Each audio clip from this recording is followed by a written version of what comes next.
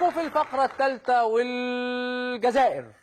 لما نقول الجزائر أكيد هيجي في بالكم ثورة المليون شهيد وأبو تفليقة. طبيعي يعني، الراجل ما شاء الله بقى واحد من معالم الجزائر التاريخية، راجل من أكثر الشخصيات الجزائرية اللي استلمت مناصب على مدار نصف قرن. واللي ما يعرفش بالظبط مين عبد العزيز بوتفليقة، إحنا هنعرفه لكم بطريقتنا.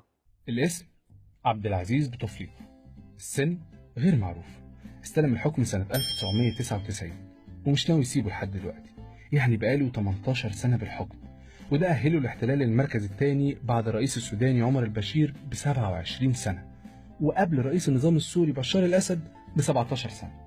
الدستور الجزائري كان بينص على تولي أي رئيس لفترتين مدة كل واحدة 5 سنين، وبعدها ما يحقش إلا رئيس يترشح، بس فشر الدستور طبعا مش الرئيس. اللهم انفخنا وفسيه. في سنة 2008 قام بوتفليقة بتعديل الدستور وعمل عدد الولايات مفتوحة، يعني نهاية حكم الرئيس مش الشعب اللي بيحدده وإنما الأجل. سبحان الله، هو في رئيس بيموت يا باشا؟ وزي ما احنا عارفين إن لكل رئيس برنامج انتخابي، وبوتفليقة كان عنده برامج مش برنامج.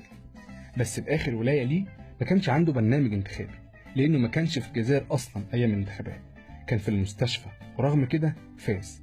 وبرنامجه الانتخابي كان التقرير الطبي بتاعه إنه مازال قادر إنه يحكم.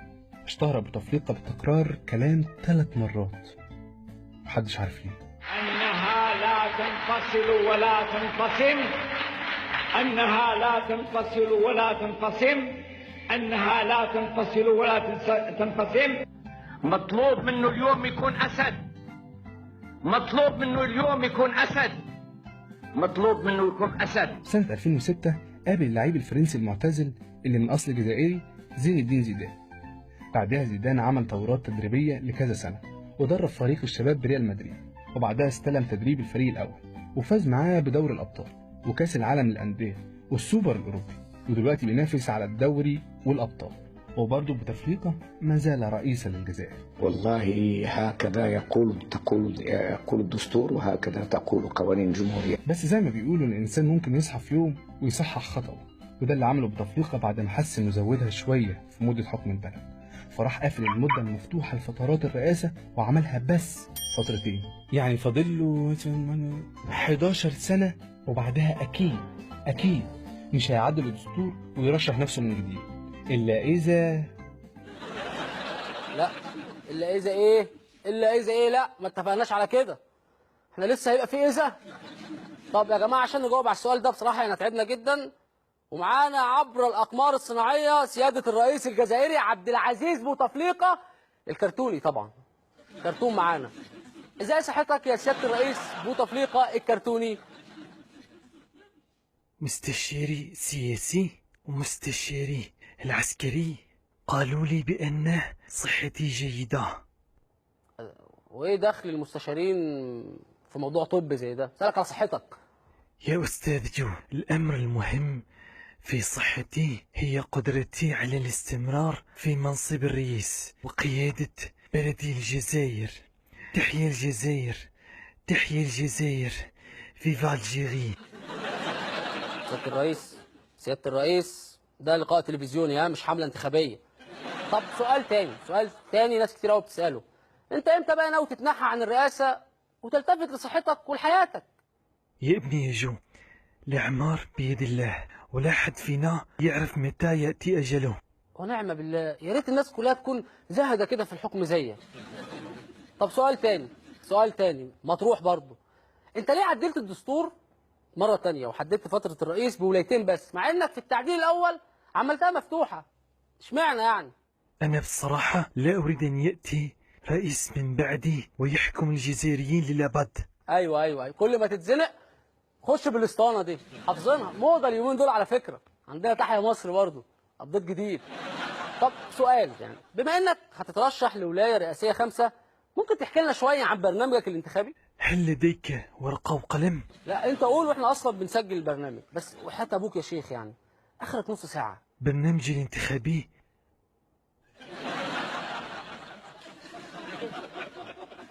لا، برنامج هايل مقنع جدا بصراحة، احسن حاجة في الموضة برضو على فكرة اليومين دول، كله ماشي على نفس النهج.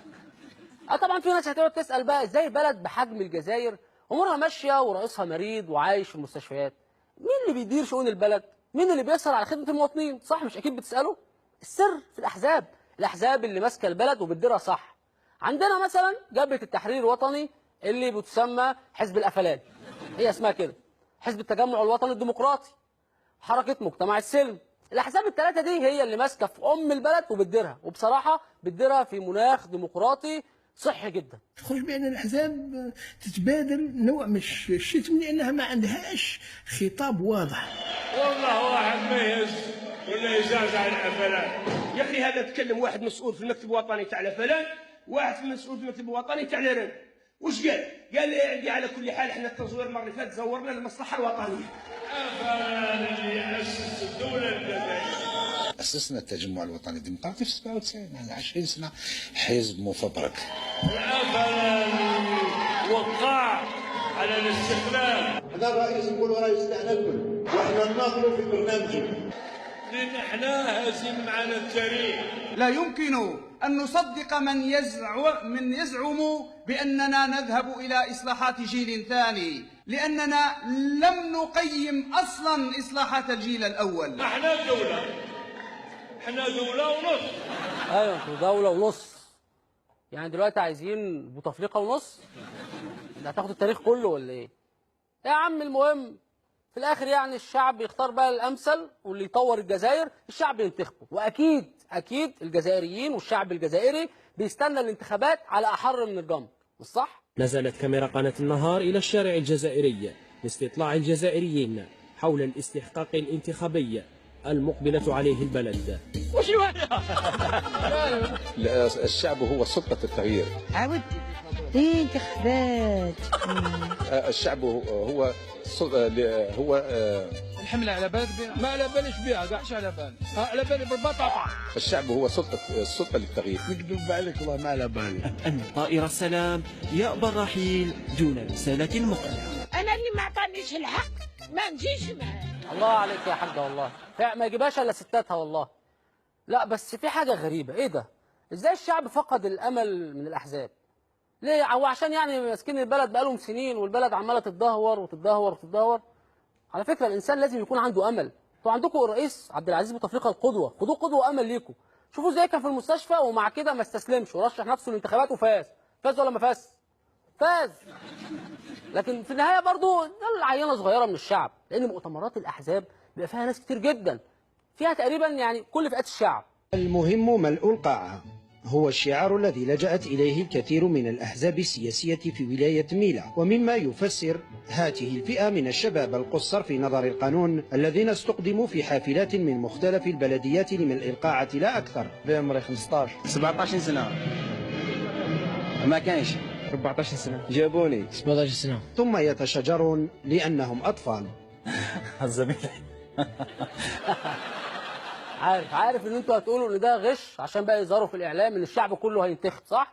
بس لا، الاحزاب دي بتخطط المستقبل، بتجيب الاطفال والمراهقين ويحضروهم يعني المؤتمرات دي عشان لما يكبروا يروحوا الانتخابات، بيدربوهم يعني من دلوقتي عشان بقى تخرج اجيال اخيرا بقى ياخدوا الجزائر لحته ثانيه. هذا الخبر أدخل البهجة في قلوب الشباب الجزائري، وموسم الهجرة إلى روسيا انطلق، ودخل شباب جزائري في رحلة البحث عن شقراء روسية.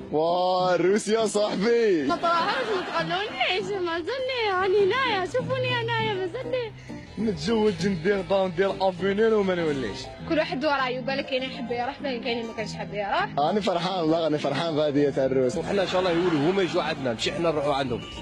روسيا خويا روسيا، زوج بوحده روسيه ودخل الاسلام ونورمال. خش بقى على الروسيات، مش اهم حاجه هو الاسلام. لا بس بصراحه الشعب الجزائري دمه خفيف على الرغم من صعوبات الحياه اللي بتواجه كل المنطقه العربيه وشعوب المنطقه العربيه، وطبعا كلنا عارفين السبب. الدستور عباره عن بدله بتتفصل على مقاس الرئيس. الاحزاب مش بتشتغل لمصلحتها بس، كمان بتشتغل لمصلحتها الخاصه ومصلحه الرئيس. الامن والعسكر كل همهم وهدفهم حمايه الرئيس مش حمايه البلد. الاعلام والصحافه مش مهمتهم ان هم يوعوا الشعب ويعرفوه ايه اللي بيحصل في البلد، لا مهمتهم التطبيل للرئيس زيهم زي بقيه الدول العربيه. استنونا.